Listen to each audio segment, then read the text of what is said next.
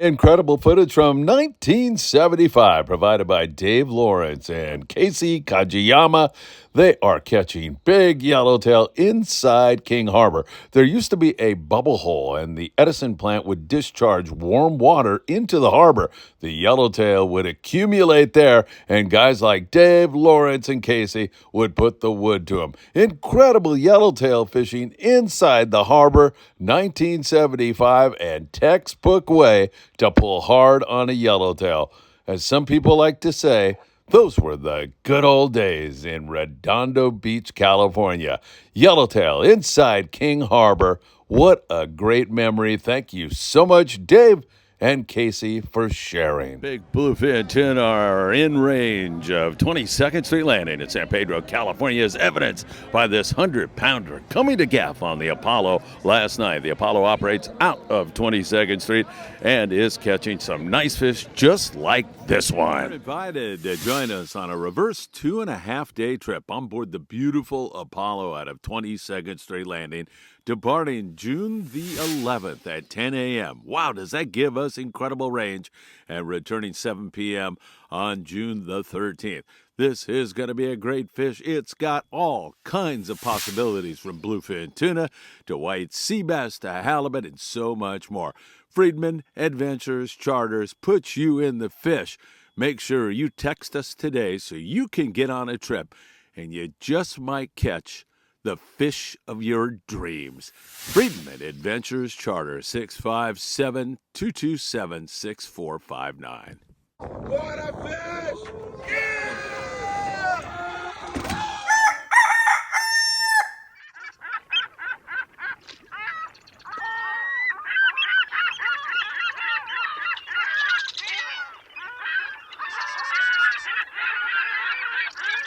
Hey, good morning, my dear friends, and welcome to beautiful Surfside, California. It's Sunday. It's Memorial Day weekend here in the United States of America. And once again, God bless those who serve our country so loyally and give us the sweet gift of freedom. Words are simply not enough. Well, you know what time it is. We've got a lot to talk about here this morning. We're going to go south of the border where there was some more bluefin tuna down there around Ensenada, and we'll talk about what they're catching there, because so many times looking 70 miles south is a preview of what's to come here to Southern California. Speaking of Southern California, we'll get you caught up on the bluefin tuna. What's that weather doing?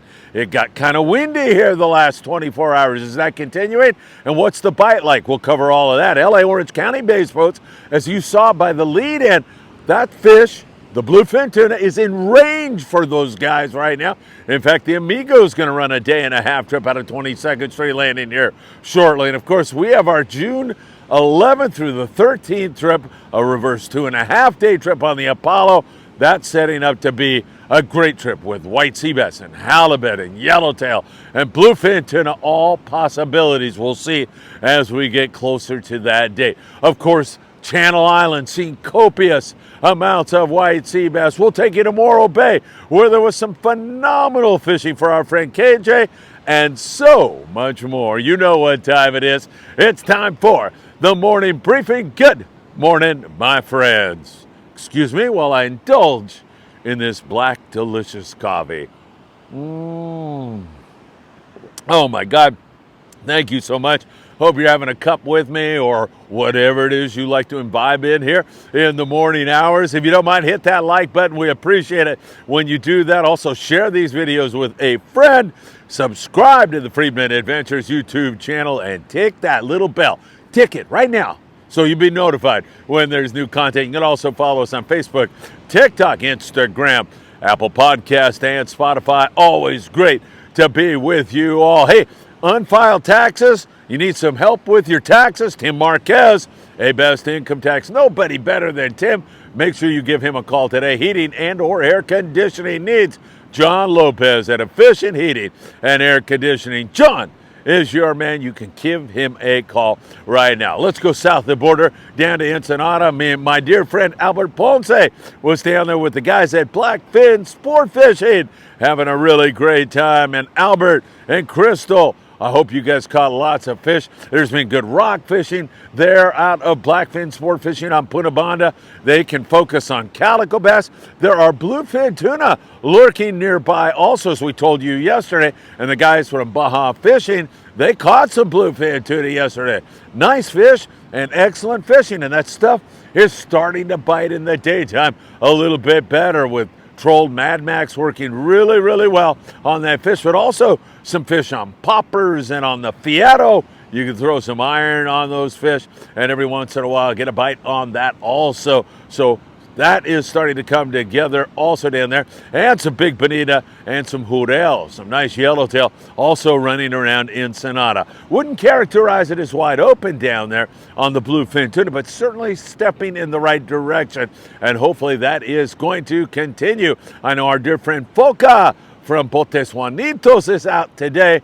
We'll be checking with Foca a little bit later today to see how indeed they do. And by the way, you know, Albert Ponce was showing me, sent some videos of these delicious spreads that most of the guys down there are putting out now. When you get back a sashimi plate or ceviche, it's really delightful. It's Baja hospitality down there in beautiful Ensenada, Baja California, Norte Mexico, and it's really fabulous to see that all going on. All right, let's talk bluefin tuna. And oh, wait, hey, I got to mention this young man. I don't even know who he is. Down there in Camalú, beautiful Baja California. Check that out. Nice barred perch for that cute kid. I gotta love that, man. Catching barred perch in the surf down there in Baja is really good. Back here to the USA where we're catching bluefin tuna offshore. And man, I'll tell you, the theme remains the same pretty much. Great big giant bluefin tuna, but very few of them. I mean, some boats struggle and get no fish at all. Some get a couple of fish.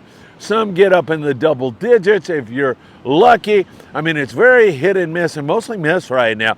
And it's a combination of things. Number one, they're not biting all that well. I think that light switch is about to go on, but it hadn't gone on quite yet. We've had some windy weather, although the winds are slowly diminishing here this morning, looking much better in that area, the 60-mile bank principally, but there's been fish on the Butterfly and other areas also. But that area, the weather is starting to improve, but it's been a little bit off. That makes things a little difficult. And just the mere fact that they are such big fish, you know, a lot of it, 80 to 200 plus pounds, you're just going to lose a lot of fish. I don't care how tackled up you are.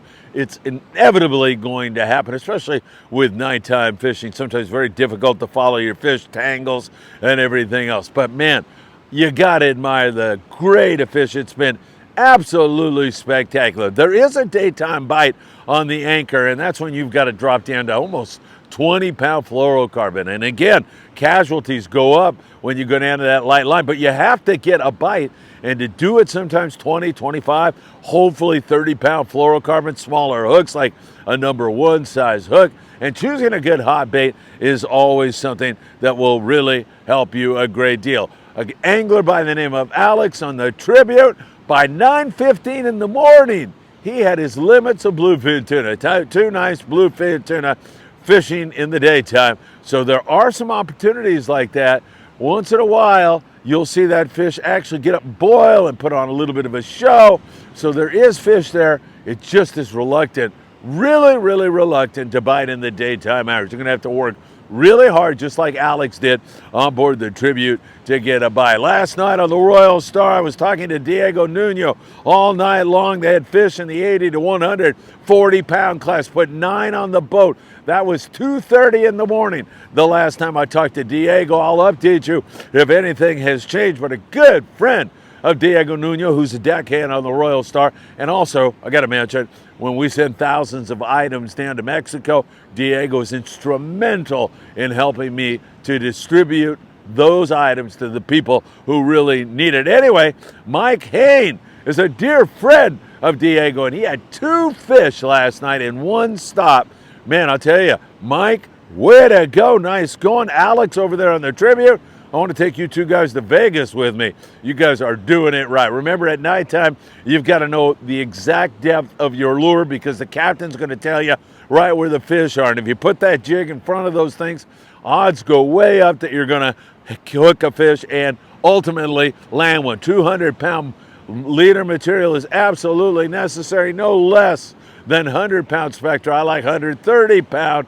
And remember, you're going to bring a variety of different jigs. Sometimes it's the 180 smaller profile jigs, and other times when you get some windy weather, you're going to want to be fishing with a 400 to 500 gram jig. Keep that in mind and you'll do really well. That daytime fish, we covered it. Make sure you're bringing some lighter fluorocarbon and some smaller hooks and working hard, changing your baits regularly. That will help you get the job done. So weather's coming down. We're coming out of this moon phase now. We're getting to the point where you might see this bluefin tuna really turn on. And I say you might see it turn on because in previous moon phases like this, we've seen some really excellent fishing. Now, every year is different and every moon phase is different. We'll see. And I suspect that that white sea bass is ready to flip on up there in the Channel Islands also with some good weather. They're going to have a little breezy weather here in the coming week, but hopefully it's going to lay down and be really, really nice. All right, let's get over here and talk a little bit about what's going on board the local boats out of San Diego that are offshore, like the San Diego, and pretty much a repeat of what we've been seeing every single day. Catching those big bonita, getting a very good bite on that stuff. And those are good eating fish, hard fighting, lots of fun. And continuing to see lots of bluefin tuna that simply don't want anything to do with the boat. They see the boat, man, and they just, shoo, they're out of there. They want nothing to do with anybody right now. Presumably that light switch will go on at some point in time, but it's been a frustrating couple of weeks. Seeing all those bluefin tuna, can't get a bite on those little devils no matter what you do. But the fact that they are seeing them is encouraging to me, and hopefully we're going to see those things turn on one of these days very, very soon. Having said that, don't get lulled into a state of complacency and walk on the San Diego or the Liberty or any other boat fishing there locally with light tackle. You can bring, some 40-pound to throw iron on those bonita with, but you better have the heavy stuff also, because some of the fish they've seen have been in the 100+ pound category. There's a lot of big bluefin running around, and one of these days they're going to bite, and you do not want to get caught with your pants down on that bluefin tuna, so keep that in mind. Hey, don't forget El Patron on a regular basis headed to Catalina Island. They'll be fishing offshore bluefin tuna. They'll go wherever it is you want to go. They carry only 11 people on their overnight trips. www.longbeachsportfishing.org. Get on the El Patron. Coronado Islands, we continue to see a good signal and sign of yellowtail at the Coronado Islands. Boats over there are catching, from 3 to 20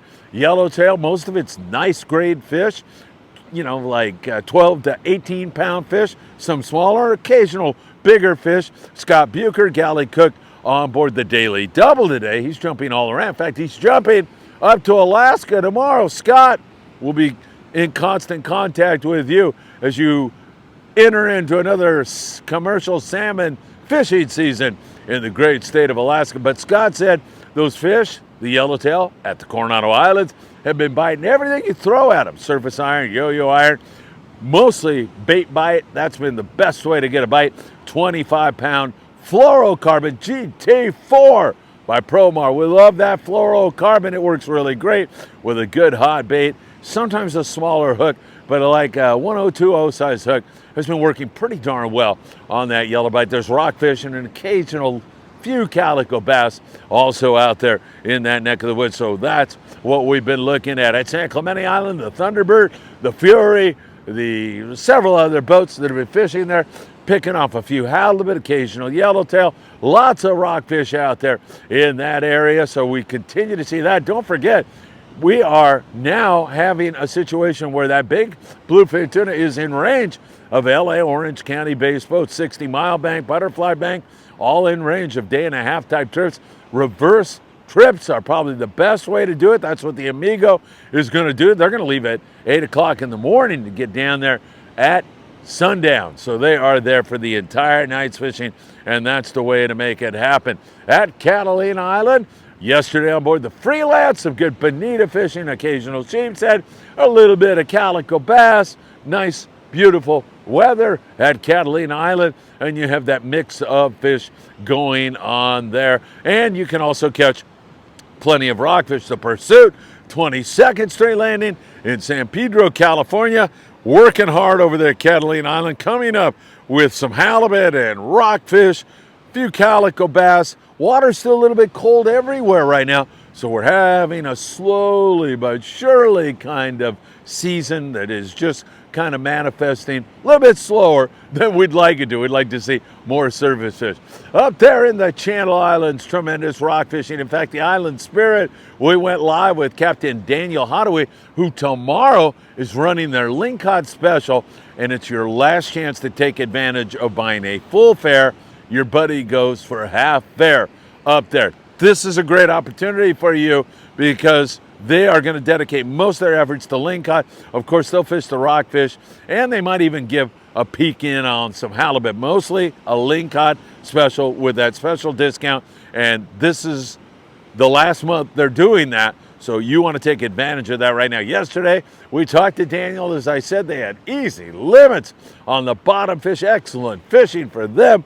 They just put the wood to it. Up there in the Channel Islands, we did have some breezy conditions, but we've seen some spectacular fishing, great lingcod fishing there on the Gray Light. It's several other boats also in on it, and still copious amounts of rockfish. However, it was a little bit windy at some of the outer islands yesterday. We get a peek at some really nice halibut fishing. There's been some great catches. Endeavor is one of the boats that's been putting the wood to the flatfish. And that sea bass, oh my God, it continues to tease us up there. There has been a tremendous volume of white sea bass seen on a regular basis up there that has the lockjaw. Hopefully, as we come through this moon phase now, we're on the other side of it. I think we have a grunion run tonight, final night, and that's when we enter into that bite time moon phase where we could see some conking going on. I think on that bluefin as well as that white sea bass. Only time will tell on that one. We'll be watching that very, very closely for you all. Up there in Morro Bay, our friend KJ went up there, and I got to tell you, he had an absolute ball, and so did everybody else on board with him. Fishing 2 days in a row on board the Fiesta out of Verges in Morro Bay. KJ went up there with his baits, Mag 12 swim baits, and he said, hey, I'm going to pass these out to everybody. You can fish bait if you want to, but give these things a try. If they work, great.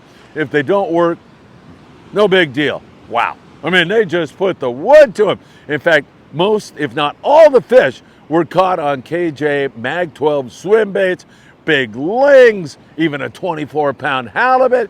It was great with a lot of big rockfish to go along with it. Tremendous fishing up there in Morro Bay. My friend John Garza loves to fish up there. John, did you make it the other day? I don't know if you did or not, but KJ certainly had some fantastic fishing. Allie was a young lady on board with her first lingcod. What a great catch, and it was her girlfriend who caught a 24-pound halibut and kind of kicked KJ right out of the jackpot, just nudged him out of there as KJ had a ling pushing 20 pounds on that trip. Nice fishing, Mag 12 swim baits, really doing a number on the fish out of Verges in Morro Bay. I don't know how you can beat that. 10% off when you put in FA at checkout and visit promarahi.com. And that's not only on their lobster hoop nets. I know it's not lobster season, so you can get gaffs and you can get lures and you can get all kinds of other great fishing items when you visit promarahi.com, and FA at checkout gives you 10% off. GT4 fluorocarbon, really working well. Load up on that and visit promarahi.com. All right, in the surf, we continue to see a pretty active surf. Let me look around here for you for 1 minute. And I see a bunch of birds sitting in the water. I do not see any pelicans this morning pounding the surf, indicating that there's bait fish and probably predators nearby, but you just never know. Coming off the grunion run, we should see some more predators that have moved in here on the beaches, halibut on the Lucky Craft type lures, but also small shiny jigs work really, really well. Those Promar Deception jigs are another good bait here in the surf. Don't forget the Redondo Beach Rod and Gun Club Surf Fishing Tournament is underway, and Chris Rink, Calico Chris, he's not messing around, man. I mean, he is all over it. Check him out with some nice barred perch. He's also got some nice yellowfin croaker. He's already put his board together. Check out all his catches there. I mean, he is putting the wood to it, and he's deadly serious about this Redondo Beach Rod and Gun Club tournament. You can sign up at several tackle stores, including Big Fish Bait and Tackle on the corner of Seal Beach Boulevard and Pacific Coast Highway. Drop by there, pick up all the bait you'll need. You can get tackle for trout, to freshwater bass, to the surf fishing bite, to big game marlin, bluefin tuna, and everything else right down there at Big Fish Bait and Tackle. And they're also giving away every single month a free custom surf fishing rod that is absolutely gorgeous. This month it's for the biggest halibut. Next month it'll be a new species. Go down there, get your ruler. That's all you need. There's no cost to enter the Big Fish Bait and Tackle tournament. You can get in that one. You can get in the Redondo Beach Rod and Gun Club tournament. You can have fun in the surf, win some great prizes. It's all a win-win-win, if you ask me. So good stuff. And Calico, Chris, way to go, my friend. You're putting the wood to him up there in the Santa Monica Bay. I mentioned Doug Tilk the other day, catching lots of bar perch up there around El Segundo. There's also some yellowfin croaker down there in the San Diego area, some good bar perch fishing for Glenn Saldivar and Honey Badger Baits. They've been doing really, really well. And once again, we also see on the jetties some pretty good fishing. There's been some sargo caught right here recently. I saw some guys with some pretty good catches of that also. So that is also looking very, very good. Don't forget, our Apollo trip is coming up. You're not going to want to miss it. I think we have 2 spots available on that trip. That is June 11th through the 13th. And we're out of 22nd Street Landing at 10 a.m., which gives us so many options. I'm hoping for some great sea bass fishing and a shot at the bluefin tuna, and top off with copious amounts of colorful and great eating rockfish. At least that would be my dream. That is for sure. All right, we still have a lot to watch for you here today, and I will be doing that. Later today, we're going to be dropping our El Patron video. We had a great time on the El Patron at Catalina Island yesterday, here recently. And one of the backstories to it was that Sue Leland, Eddie's wife, Eddie, of course, passed away, dear friend of mine, sport fishing captain here in Southern California. Sue Leland made it possible for Michael Limon and Grandpa Dan Lightfoot to go fishing, and you will see how that all turned out for Michael. It was a special trip. God bless you, Sue. Thank you so very, very much. All right, my friends, great day, beautiful weather. It's a little chilly, but still nice. It's Memorial Day weekend. Remember, this 3 days off brought to you courtesy by the men and women of our armed forces, those who gave the ultimate sacrifice. I don't have the words once again. Take care. Have a great weekend, and hope to see you really, really soon.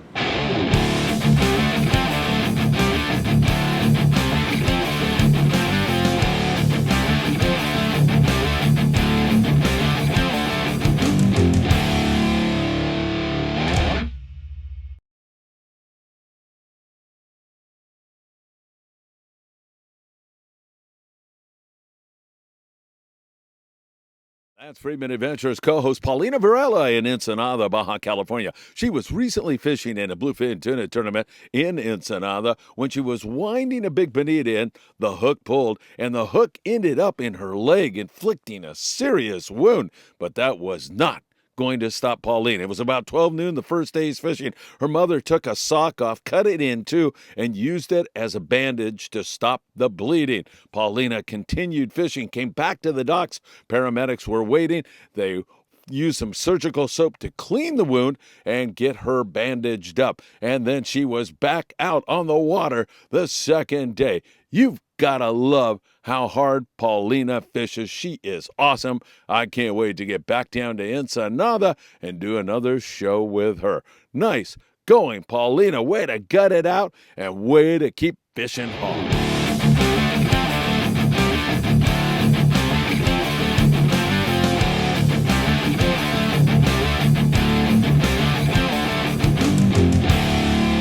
Tyler Rich, how are you, my friend? Excellent. Man, it's good to see you. It is. I have had the pleasure, and I mean this sincerely, of spending a few days with you here on board the Cortez.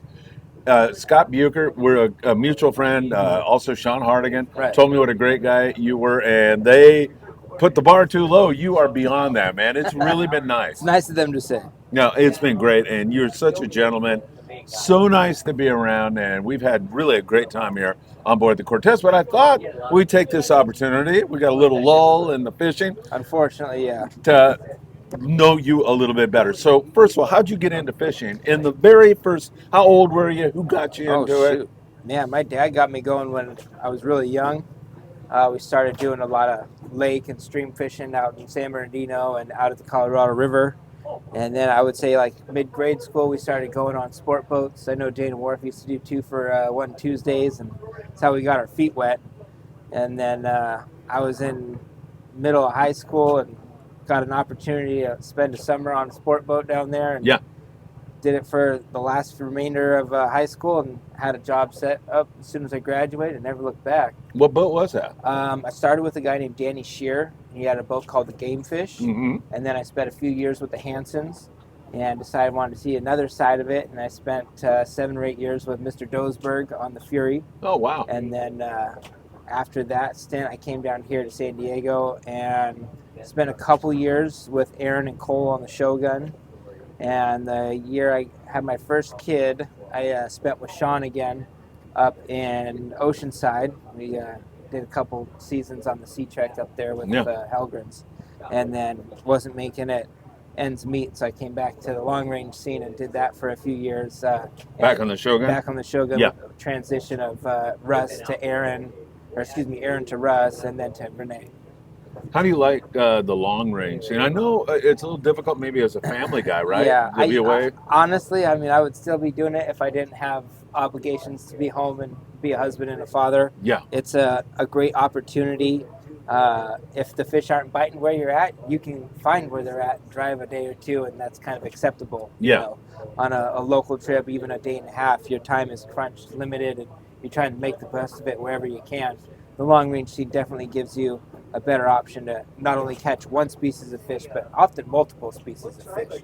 And then you get to see a whole different side of things. We still fish half-day styles fishing, but we're doing it up and down the Baja Peninsula, be it yellowtail, barracuda, calico bass, the tuna, the dorado, a lot of the bottom fishes, the snappers, the groupers. So you really get to learn a good wide variety of fishing down there. You've opened the door to a couple of things that I want to focus on. Number one is that time crunch, the pressure that you are under on these trips to find fish, and if you zig instead of zag sometimes, you're screwed. I mean, it's difficult. Yeah, you know, honestly, all crew members feel that pressure along with the passengers. Nobody wants to be on a boat and not catch anything, but ultimately the heat and the eyes are all on the man upstairs. When you're not driving the boat, you don't really sweat it too bad. Yeah. You get to hang out and you meet some nice people. Rambo's fault, right?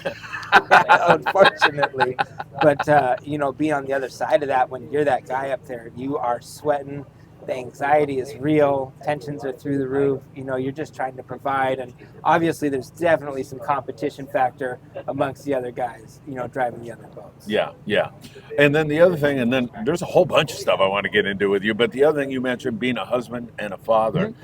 Mm-hmm. It's tough in this business sometimes. I mean, you miss your family. It takes a special woman to handle the household and children and such. Yeah, for sure. You know, the modern age with these new satellite setups, you know, we're able to FaceTime on a regular basis, and she's able to track my position, and she's seen us all the way down to Clipperton.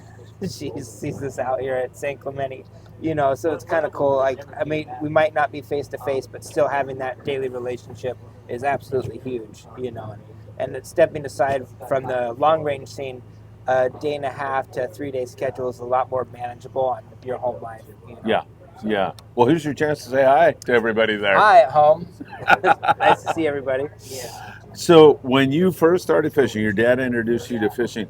Do you remember it being something that you said to yourself, this is for me? Or it was a disease. I remember I'd be 4 or 5 years old and we'd go camping out at the Colorado River, whether it was Meade, Mojave, Havasu. And, you know, he'd buy me a box of worms and I'd sit there and catch bluegill all day. And, you know, eventually the worms run out and, you know, they don't want to go back to the marina and get more. Well, quickly figure out that these bluegill eat anything shiny, so a gold treble hook would suffice, and you Oh, can catch wow. them one after the other. You go through enough bluegill, eventually the bass start coming and trying to eat the bluegill. Hey, I need to upgrade my tackle and start fishing these things, and now my quarry's a lot bigger than just bluegill. It's just all kind of the tumble effect, snowballed out into something crazy. Yeah, for sure. And then you go from that to being a pinhead, I'm sure. And did you Yeah, do that, or no, yeah, you I mean, obviously, right, or not, or did you go the, right the into? trial one was pretty quick because I was Oh, able to fillet fish and I could tie some basic knots. And I mean, working on a skiff is one thing, but tying up a sport boat, there's a little bit of knowledge that comes with that. yeah. But they definitely gave me a fair opportunity my first summer down there. And if you work hard and keep your head down, it goes well for people. Yeah, I've watched Donna operate down there at Dana Oh, West they Sport do a Fishing, and fantastic job. she's like a kid came in. I think he was just starting out, and he was not dressed all that nice. Which when I was a deckhand, I didn't like. But she's like, "Excuse me, you need to put on a new shirt." She's very professional and runs a great operation. They really do play that part well. Yeah. They've upscaled the half day, 3/4 day fishing. Their crews are very polite. They're very Yes. people friendly. Yep, And it like really you. helps. Yeah, it really helps. There's a lot of kids now running various boats down here in San Diego that all got their start there, and it shows. It shows. How important is that nowadays? It's so different from the world I grew up in, Tyler. I mean, when I grew up, guys were like, they didn't even care about being courteous to people. It was brutal, man. I often have a hard time being courteous to everybody. It's not easy. You mean if you have a jerk on the boat or something? Oh, sometimes You're I not can be talking the about me jerk. again, are you? But personalities just clash, and Sure. some people are better at navigating those scenarios than others. And those are the guys that, if this is really what you want to do, you figure it out. You have to, right? Have to. Yeah, Have to. because you're always going to have that guy on the boat that drives you nuts, right? It's part of it. Yeah. You just got to figure out some way to bridge that gap, and whether you make it light or find a common ground. And part of that is, I think, like guys who fished their whole lives and have been on a trip where you're not catching fish. Let's say there's a trip like that. There's another bunch of guys that are like, why aren't you? And they don't understand that nobody on this boat wants to catch fish more than you. Yeah, that's right. I mean, shoot. I mean, aside from having a good time, I mean, I like to see things die. Yeah, That's right. why we're here. It doesn't matter day or night, if it's big or small. We do try to mix it up. If one thing's not biting, we'll fish rockfish. We fish the islands for the bass and bonita and stuff like that. Obviously, it's nice to catch sea bass, yellowtail, halibut, but you got to kind of go full circle and fish a little bit of everything. Yep, for sure. So on the Cortez, you're working with the legend, Rambo. Right. How do you get that Right. nickname? Do you know? No idea. Well, we're going to have to ask idea. him that Well, later You're on. going to have to ask him one on How is it working for him? And nobody's listening. Rambo's not going to hear this. Just let it all hang out. We crossed paths in the long range scene. He would come and he would drive the boat for some research and ecological trips. And I just really respected the way he ran a boat and a crew. He's phenomenal with crew and with passengers alike. And I went through some rough times, and he picked me up out of the dirt and put me back on my feet. Nice. Yeah. So it gave you another chance Gave me when you were another going through chance. tough times. That's right. We all go through that. I went through my share of that too. And when you find somebody who gives you that chance, some people just write you off. And Yeah, it's tough. I mean, unfortunately in this industry, there's a lot of people who get multiple chances and never really amount to anything. And he really put his neck on the line for me and helped me handle some pretty important life decisions. that's great. That's And, great. He you seems know, like that kind of guy. He's done it for some other people in the past too, and they really turned themselves around and made something out of them. So, You know, I walked on the boat for this trip and I said, Jim, it has been a long time. And he said, yeah, 1996. I have no idea how he remembered that, but what a memory that guy had, man. It just blew me away. He's chock full of stories. Yep. His memory's pretty sharp. Yeah, for sure. You said he's good with crew. I imagine he impresses me. You tell me that he's a guy that wants things done right, wants people taken care of. I watch the way he loads bait at the receiver. He's not sitting on his butt, but No, he's he's not fair, right? not a micromanager by any means. Great. But let me tell you, you slack on your job or you're not living up to your expectations, he's going to let you know about it. What do you mean he's good with the crew? He's fair, right? He's fair. He does a lot of things on and off the boat to help us out, and he understands how hard it is to live this life. So he tries to make it comfortable here for you. If you work hard, he tends to reward you a little extra for it, things like that. It makes the environment worthy of being here. It gives a person the drive to want to be here, and it usually brings out the better side of people. Yeah, yeah. And usually, if you get somebody that's not really living up to that expectation, kind of forces them out. Yeah. A lot of guys are not cut out for this, right? I mean, you talk about he understands how hard it is to be in this game. It is freaking difficult. Not only is it hard work, not only is there sleep deprivation, not only do you miss your family, it's all of that and more. It's a difficult lifestyle, and some guys are just not cut out to do it. Yeah, I mean, it's all personal preference. What you really want to do with it. It's the bluefin fishing. Yeah, is a lot more nighttime fishing, especially the last few years. But years past, when we'd fish the islands, you're making squid throughout the night. You're dropper looping throughout the night.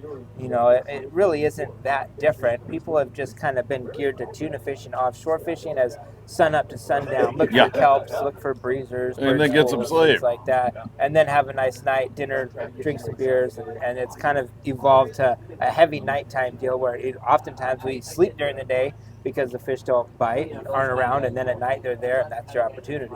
Yeah. How long have you been doing this? Shoot, I How long have you started. had your license, and how long have you been doing this? Well, I started fishing in 2002 at Dana Wharf, Yeah. and I got my license, I want to say 2012, and then I let it expire for a few years and got it back about 3.5 years ago. Yeah. So, Good for you, Yeah. man. Sounds like you're back and ready to rock and roll. yeah, try it. Tell me fishing, something about fishing, the actual sport fishing that you've learned from Jim Hughes that's important to you, whether it's dealing with passengers, finding fish. Well, especially like in today's particular trip, the fish are MIA and everybody's really branching out. Whether there's been fish biting in summer or spring, the person who tries, it's high risk, high reward. Everyone's aware of that, but don't be afraid to trust your instinct and go and try. And if you fail, at least you didn't sucker into anybody else's BS or do against what you would have traditionally done. So you Good. be confident, make a decision, and if it's good, it's good. If it's not, oh well, tomorrow's another day. That's right. That's right. How about an important life lesson that you've learned from him, whether it's work ethic or giving somebody a second chance or what?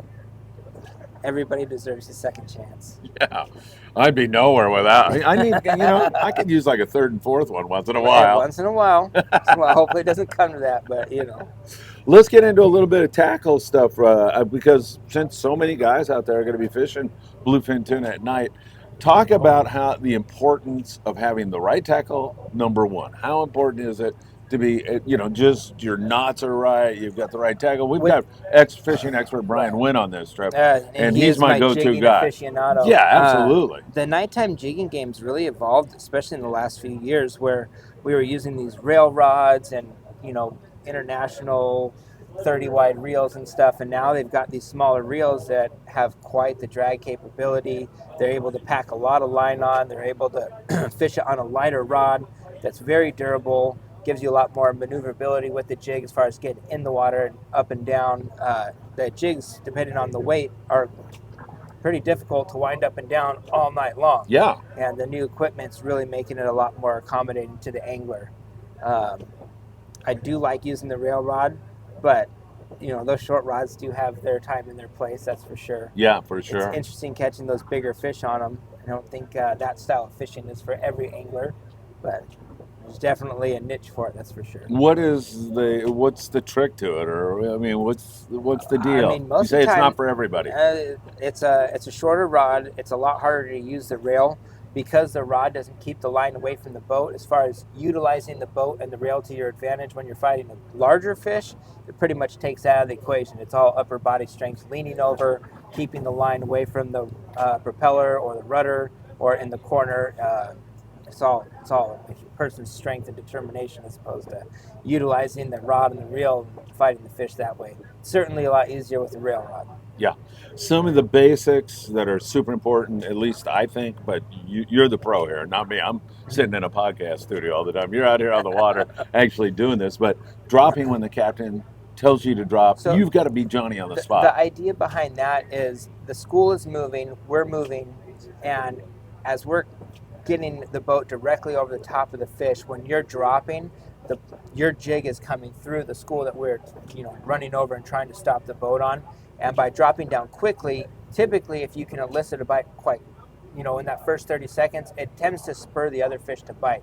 So if you got guys that are in the bunk room or half asleep in the galley, obviously those first couple guys out might get a bite, but if not everybody comes out, you really do miss an opportunity, because it's like, oh, they see 1 or 2 baits, you hook those fish, and the rest of the fish continue on. If you hook half a dozen or 10 of those fish, now that school is aware of something going on, and they really tend to respond to the boat. And you can see it on the machine at night, whether it's on the sonar or the up and down. Oh, you interesting. see the school respond. It's pretty amazing. You hang a fish, and then the fish, or hang several fish, and they'll stay with you. Yeah. And that's where you get your a lot of prolonged times- bites? Right. Not always, but sometimes. Yeah. Sometimes. That is really, really interesting. Now, dropping to the exact depth, do you like the colored metered line? Is that important?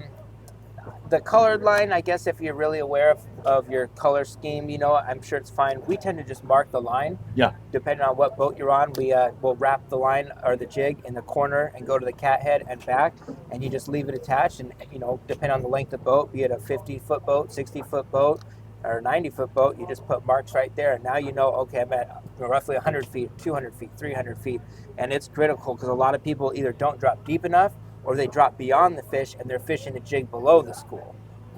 So it's What do you important mark the jig? What do you mark the line with? just a Sharpie. Okay. It leaves enough residue on the string that it usually lasts for a while. Most of the people now, at first everybody kind of had the idea, oh, I want this dark colored spectra, so it's hard for the fish to see, and the fish don't see it. So having white or bright colored spectra is far easier to see, and you see those marks come through the guides. If you're really good at paying attention to the colors, I know some of their colors tend to be 30 or 40 feet. I think some are more like 100 feet. It's a little easier to work with less colors, if you ask me, but personal preference. Yeah. How do you factor in scope? Like if your line is scoped out, how do you factor that in to get to the right depth? If the boat has been drifting, I will not fish with much scope in the line. I want that jig as vertical as possible. Yes. On the initial drop, I will let that go further because I'm assuming that there is some scope and that jig is not yet where it needs to be. But once the boat has settled in, I will either drop straight up and down depending on the current conditions. If the boat's drifting fast, if there's wind, I really like to cast my jig down swell as far as I can, and I fish it to the boat. Oftentimes the fish, especially bluefin, like to ride down swell of you, and by casting that way, you get bit on the sink, and the jig tends to fall a little bit freer. It doesn't have as much tension on the reel. I think you get more action out of it. And then if you do get thumped and the fish misses, you can throw the reel in gear and kind of hop it, or do a couple quick turns, throw it back in free spool, and that sudden movement often elicits a strike. Excellent stuff. So when your jig stops, you're dropping. You haven't hit bottom, right? You haven't hit bottom. Always suspect that it's a bite. Put the reel in gear and turn the handle. Yeah, for sure. Swings are free. Bites are hard to come by sometimes. That's for sure. How about the 2024 season? Let's just talk about it in general. I heard Rambo saying we haven't seen water this cold for 8-9 years. So we're in a colder water year. It's weird though, because I don't know that people are trying to explain this season like kind of stop and go so far this season.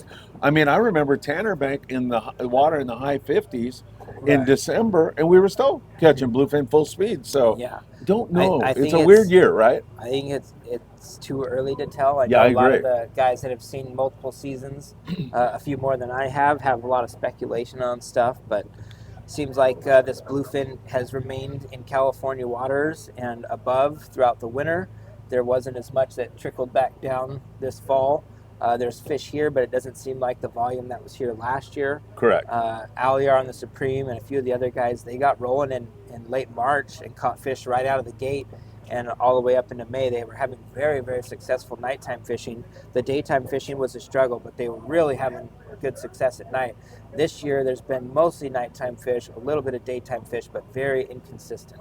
Huge gaps of no fish. Yes. Albacore, man. Albacore. One can only hope. Wouldn't that be nice? Wouldn't that be fantastic? Yeah, for all the driving around, guys haven't really seen fish on kelps yet. A few yellowtail, but nothing to write home about. The water is 61.5 to 63.5, which is not, abnormally cold, but it's not abnormally warm either. Yes. So. Finally, what would you say to the really novice angler, maybe the 3/4 day guy or the overnight guy who wants to make the jump and come out and catch a big bluefin, but he says to himself or herself, I don't know if I'm ready for that. What do you say to them? Are they ready for it? With a good crew, Most can they do it? most any boat is determined to make you catch a fish, be it big or small. If you're fortunate enough to hook a big one, or if they get a kite rotation going, they're going to hold your hand and walk you through it. Anybody that's ever said, "Oh, I'm not ready for that," they are. It's just a matter of getting coached through it. And So listen to the crew, listen right? to the crew; they'll help you out. Yeah, Yeah. that's what I they're mean, there for. I've been doing this for 50 something years, and I listen to the crew every single time I come on here. It's so important. It's important, and oftentimes what you heard via the newspaper or Instagram or Facebook a few days prior or a week prior is not what's currently going on. The guys that are there day in and day out, they're seeing the change and the subtleties, and paying attention to that stuff often will give you your opportunity. Yeah. Tyler, it has been an absolute pleasure, not only fishing with you, but to get to know you a little bit better. I know going forward, you and I are going to be communicating Sure, we'll more see each often, other around, yeah. and we'll see each other around. Thank you so much No for problem, your no problem. kindness and hospitality on Anytime. this trip. Thanks for coming out. I'll see you again soon. All right, buddy. Have a good one. Thank you.